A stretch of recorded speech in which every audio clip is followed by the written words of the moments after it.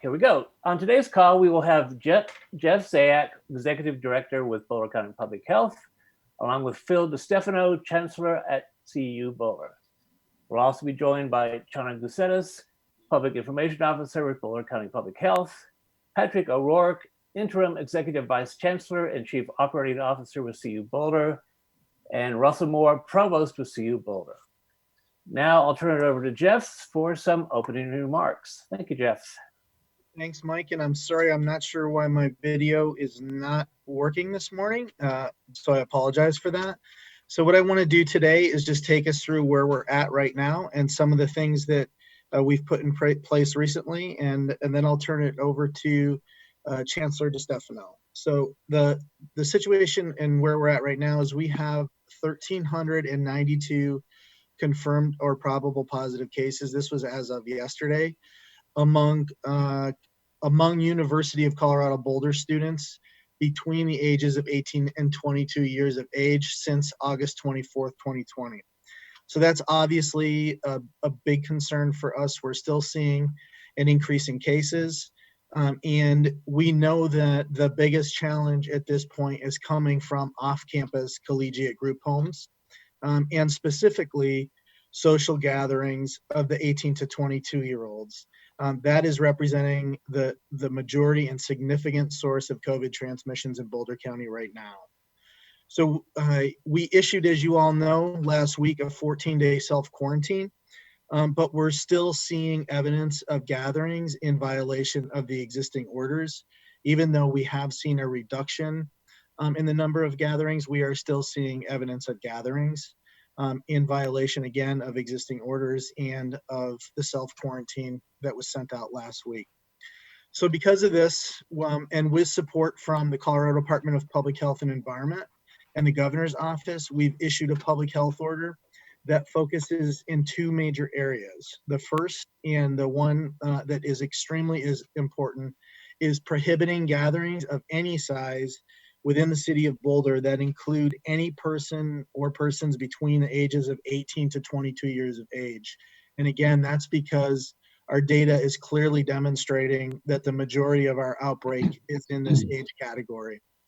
Also included in the stay home order is a stay home order that's been issued to 36 properties that are where we've identified unlawful gatherings and other public health order violations that have occurred, which also pose a significant threat of disease transmission due to the behavior of those occupants of those dwellings.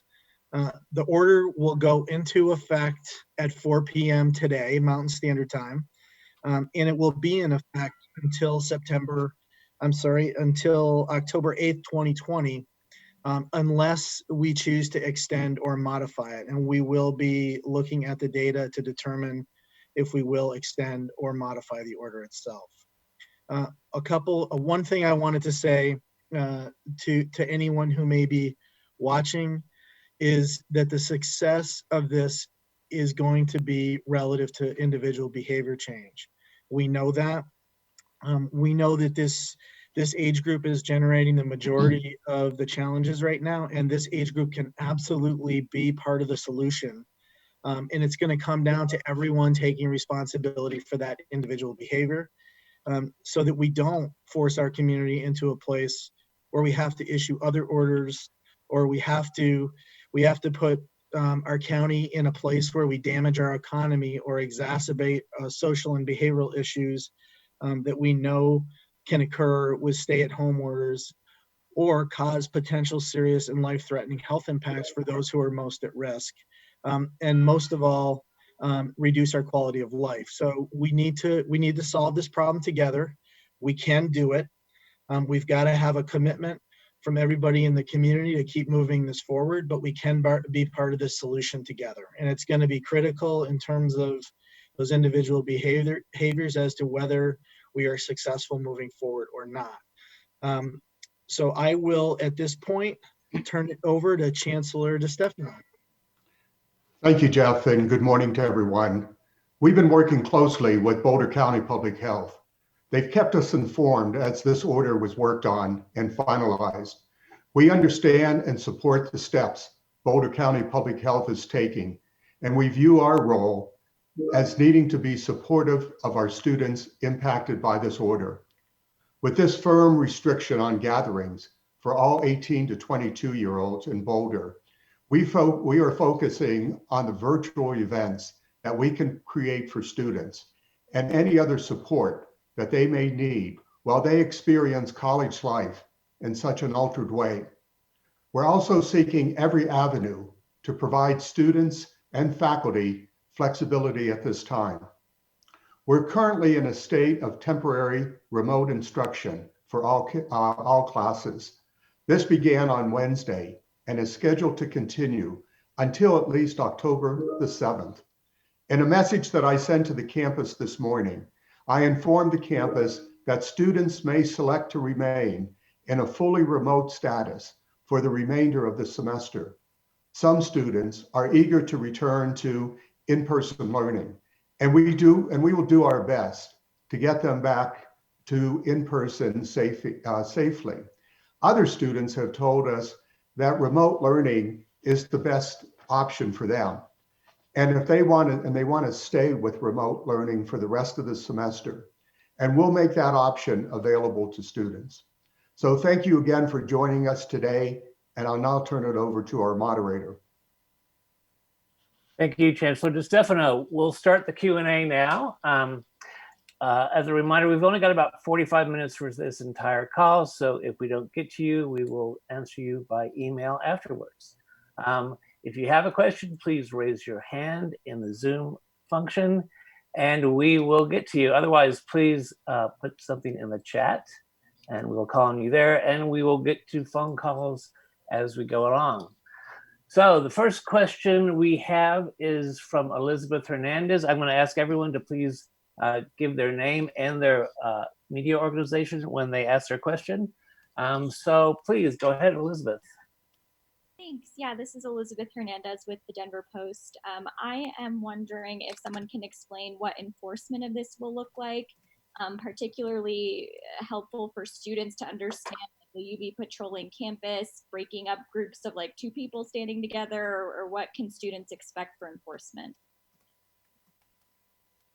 Kate, if Kate or Trina are on the phone, I'm going to see if they can answer that for us. These are my county attorney folks.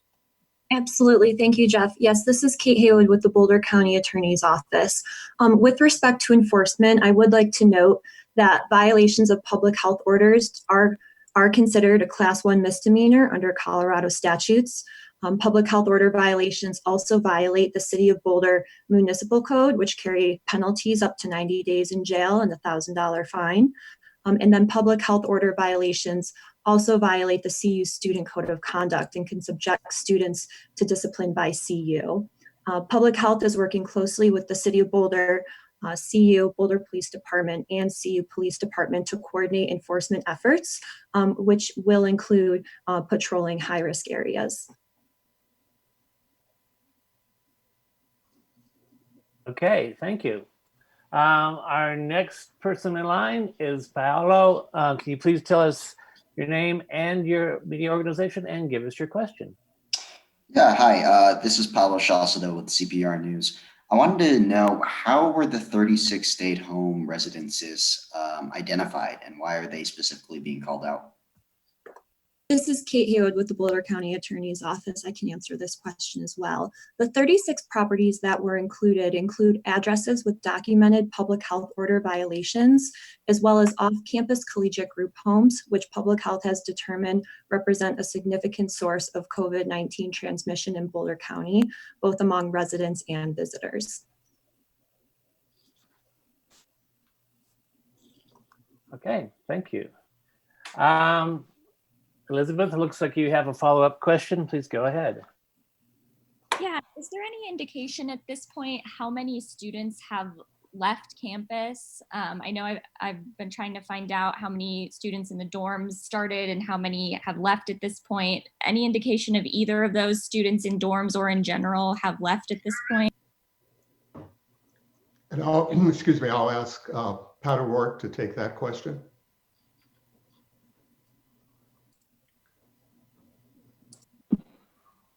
Sorry, Elizabeth, I don't have an exact number on that. The last number that I remember hearing was somewhere in the neighborhood of 260 students who had asked to be able to leave their residence hall contracts, but I'll follow up with student affairs and see if that number has increased. Yes, I believe it was between 250 to 300, Elizabeth. And that's from the beginning of this semester. Do you know what time frame from the beginning until last week or this week or? Actually, Elizabeth, I've just received a response. We have had 374 housing cancellations through this week. How many? 374. Thank you.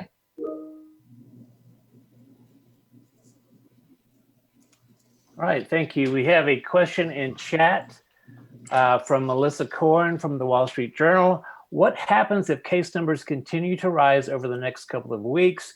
For Chancellor DeStefano, is there a point at which the school would pull the plug and send everyone home to finish out the term remotely? At this point, we don't believe it's wise to send students home. However, we would have to assess that as if things get worse. But at this point, I think from a safety standpoint of students going back to their communities, I would not recommend at this time that we ask all students to leave. However, we will have to reassess that in the next 2 weeks. Pat, anything else? I would just add that the indication that we have received from the governor's office and that you saw in Governor Polis's messages last week is that the sending people home could actually lead to an increase in disease spreading to other communities.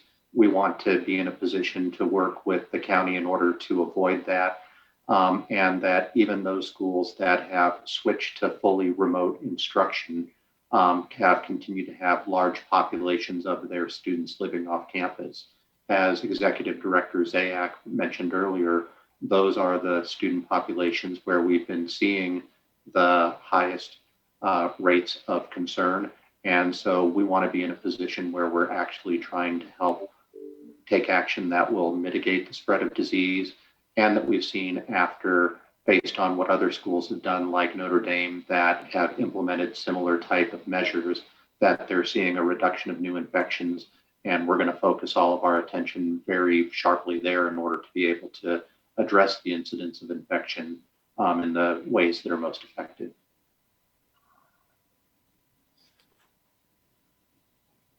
Okay, thank you. We do have a question in the chat from 9 News. Janet, she says, follow up to the earlier question, how will enforcement work as it can be hard to pinpoint someone's specific age? This is Kate Haywood with the Boulder County Attorney's Office. We would need to defer to the Boulder Police Department, and we have been working with them closely in terms of coordinating enforcement, and will continue to do so as any enforcement challenges arise, but we would largely defer to the Boulder Police Department. Okay, thanks. We have one more question from the chat, and then we'll go to the phone lines. Aaron Trader from the Colorado Springs and Denver Gazettes. Have there been any fatalities among students with who had COVID-19, any hospitalizations? Can you tell us that? Pat, would you take that one? Yes, so there have not been any fatalities that have been COVID related among students. We did have a student who passed away last week due to other non-COVID related causes, and we're very sad and send our condolences to their family. I believe that we have had one student hospitalization that I'm aware of through our medical services with a student who has recovered. Okay, thank you for that answer. We're going to open up the phone lines. If you have a question, you're on the phone. Would you please speak, give us your name and your organization first.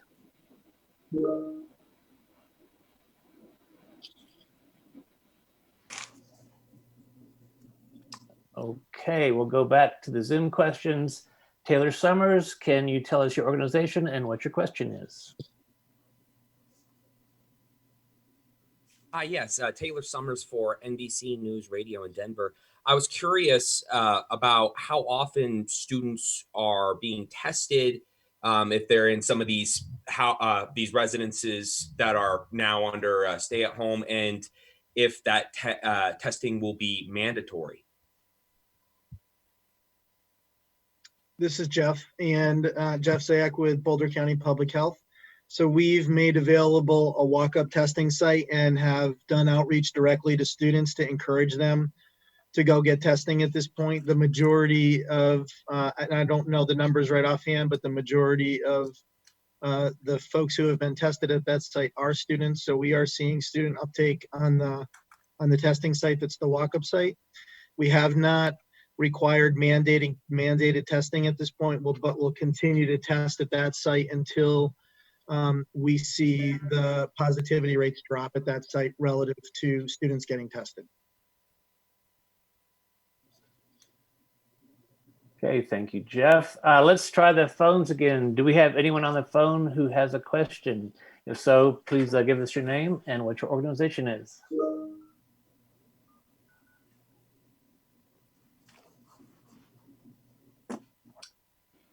Okay, it sounds like not. We currently do not have any more questions in chat, or no one has raised their hand. I want to check. Do we have anyone else who's got a question out there? Yes, I have a question. I was reading in the, my name is Johan Castellanos from Telemundo, and I was reading in the ordinance, and it states that the fines, they can go up to more or less $5,000, but I heard that it was $1,000. Can you guys give me more information about that? Fines and jail? One time? Yes, absolutely. This is Kate Haywood with the Boulder County Attorney's Office. I can clarify that. The $1,000 fine limit, that relates to violations of the Boulder Municipal Code, whereas the $5,000 fine relates to public health order violations under Colorado public health statutes. And the jail is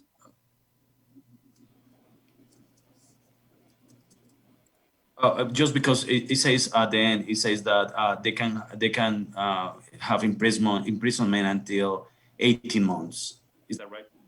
Yes, so the 18-month imprisonment and the $5,000 fine, those both derive from the Colorado public health order enforcement statutes, and the $1,000 fine and up to 90 days in jail, those relate to violations of the Boulder Municipal Code. So what it would boil down to is whether the violation is being enforced via the Boulder Municipal Code or the Colorado public health statutes.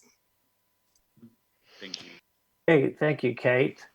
Elizabeth Hernandez, looks like you have a follow-up question. Yeah, is the state data on COVID-19 numbers and using CU as saying that they're the largest outbreak in the state, is the state data the most comprehensive that we know of? I know there's some discrepancy of like who CU counts and who the county counts. So can you clarify which numbers, you know, are kind of the most comprehensive in terms of case numbers? I believe Emily Payne is on the phone, who's my data specialist and epidemiologist. Emily, can you take that question? Absolutely. Hi, this is Emily. I would say we are working very closely with the state on those numbers. In fact, like we sent them a line list earlier this week to be able to create that new data point. I would say that they do update their website on this outbreak once per week, and our website is updated with new graphs twice per week on Mondays and Thursdays. So I would look to our graphs on our website that are posted on Monday and Thursday for the most up-to-date numbers, since that one is only updated once a week. Okay, thank you, Emily. We do have a new question from Jesse Aaron Paul. Would you tell us your organization and your question, please? Sure, it's Jesse Paul at the Colorado Sun. I know that we're still kind of in the middle of this, and you guys are still responding to the crisis, so it's hard to do Monday morning quarterback. But it feels like this is kind of the worst case scenario that could have happened with welcoming students back. I'm wondering if you guys could comment a little bit about how we got here, and where this kind of ranks in terms of your contingency planning, and kind of everything apparently failing at this point. So Pat, would you take that? Sure. So I appreciate the question, Jesse.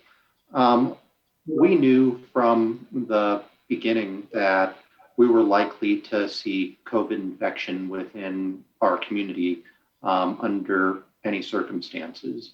Even those schools that have decided to operate fully remotely for their semesters, like Washington State, have had the significant COVID outbreaks because of the fact that the student population generally lives in the community. And we focused our time and attention on trying to be able to create the conditions where we could have people return safely.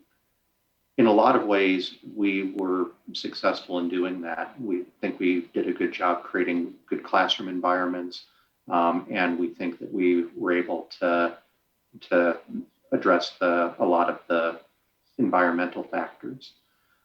We always knew that we might have to shift to remote learning and take other measures.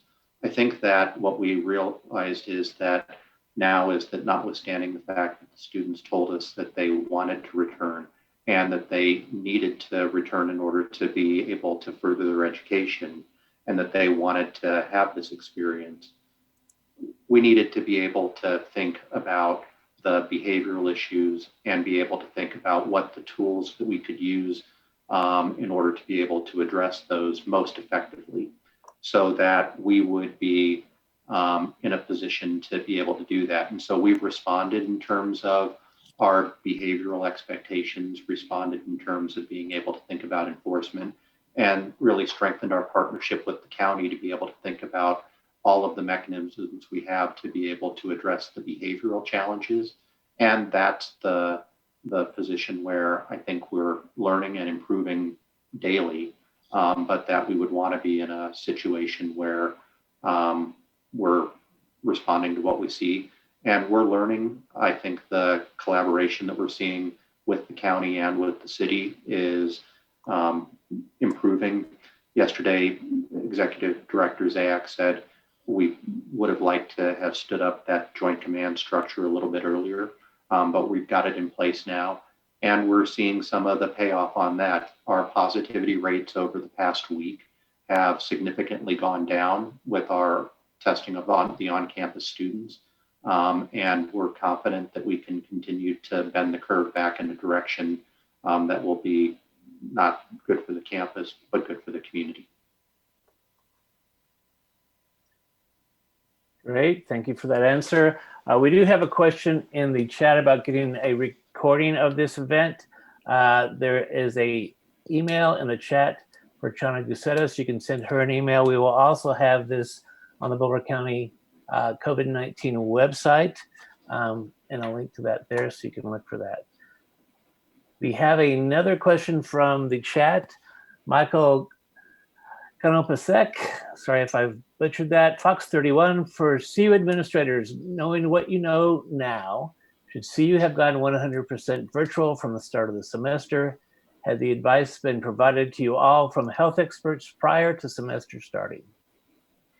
Well, I think as Pat said, and to the last question, and I'll turn it back to him in a minute, but we heard from our students that they wanted to come back to campus. They wanted to have an in-person experience. And of course, the health and safety of the students, that was our primary, that was our top priority. And we prepared well. And as Pat said, we knew that there was going to be a spike. And what we're seeing now, and if it continues, I believe that in the next, and what we're seeing now as far as the decline in cases, infectious cases, that if we do what the county and the city and our collaboration with the collaboration with the university have worked on, I'm confident that we're going to see a significant decline in the next 2 weeks. We knew this was a high probability, but at the same time, we knew that our students wanted to be back at the university, especially our first-year students, and I'm pleased so far with how things have gone. As I said, we knew we would get this spike. The students, for the most part, have been very responsible and very accountable to wearing masks, social distancing, and so on. And I believe that that will continue, and we'll see a bending of the curve. Pat, if you want to add anything. So I would actually like to ask Russ Moore, who's our provost and who is indeed a scientist himself, to be able to address that question. But to address one thing specifically, the advice from health experts, including our epidemiologists, environmental scientists, and others, was that it was achievable for us to be able to return in the fall semester, and we followed their guidance. But I think that Provost Moore would probably be in the best position to be able to talk about that process and how we made the decision to not start virtually from the start of the semester, relying on the scientific evidence. Yeah, thank you, Pat and Chancellor. I believe we did take the guidance from the best epidemiological expertise that we had available at the time. And we also built the responses to the eventuality that we might have a spike in COVID cases. And we have responded, and in partnership with the county, we do believe we're getting good results on campus, and that we can return to the normal operations that we had at the beginning of the semester. Our students do want the on-campus experience. It's part of their social development. And we also believe it's important for their mental health to be able to have that socialization. That said, we're on this 2-week period where we're going to try to continue to bend the curve down, and hopefully we'll resume operations. Other universities have used this pause strategy quite successfully, and we have every reason to believe that this will be successful as well, in partnership with the county. And I would just add one last piece to Russ's answer, which is that we did discuss our intentions with the State Department of Public Health. The State Department published guidelines on what they believed should be the practices that institutions of higher education across the state would follow. And we are met or exceeded all of their recommendations. So we did take that into account, and this was not just something where we did not have the support of our local health agencies and others for the planning that we did, and we appreciated their guidance and consultation. Okay, thank you. Let's try the phone lines one more time. Does anyone on the phone have a question? Please let us know your name and what organization you're with.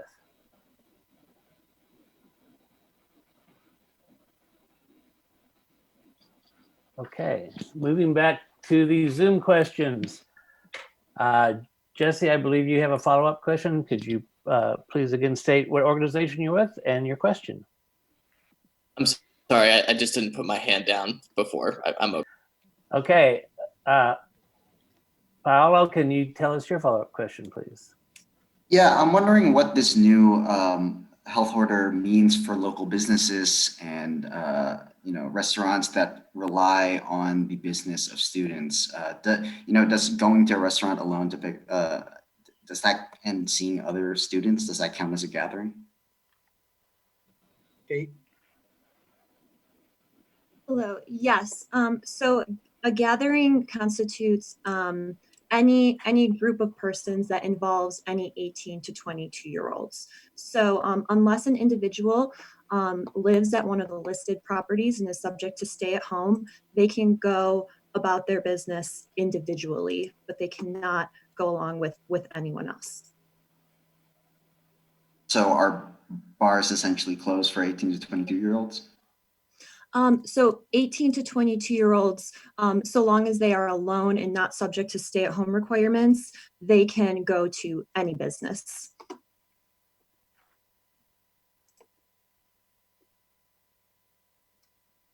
All right, thank you, Kate. We have another question in the chat from Michael Konopasek. I'm not sure what organization you're with. He asked, how does CU compare to other universities of similar size from across the US in terms of cases and positivity rate? Russ, is that one that I'll put to you? Yes, I can take that one. Many of the universities have different testing standards, so it's not an apples to apples comparison. But with that said, I believe we're in the similar ballpark to other major universities. One of our comparators with whom I collaborate with on a weekly basis would be the University of Arizona. We're not quite as high as they are.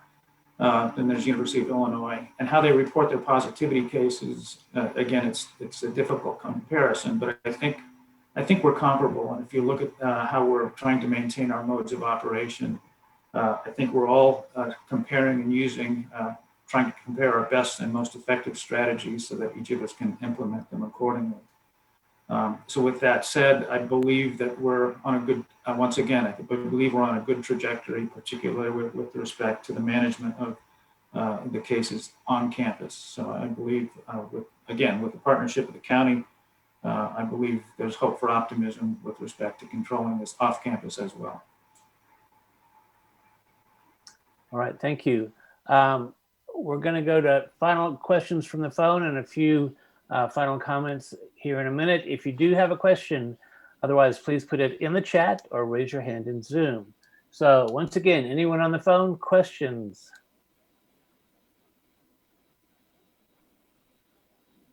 Okay, looks like not. Any other questions here in Zoom from anyone? All right, looks like we are done with that. Chancellor DeStefano, would you like to have any wrap-up comments, and we'll follow that with comments from Jeff? Sure. Thank you very much. I just want to stress again the importance of the collaboration that we have with the county, with the city, and the state, and how we're working together to bend this curve at the university. We've fully supported, we're very supportive, fully supportive of the decision coming from the county. We'll work closely with them, and I believe that we'll see a significant change in the number of infectious cases based upon this order. So I want to thank Jeff and his team. Certainly want to thank our city of Boulder and the state. So thank you very much.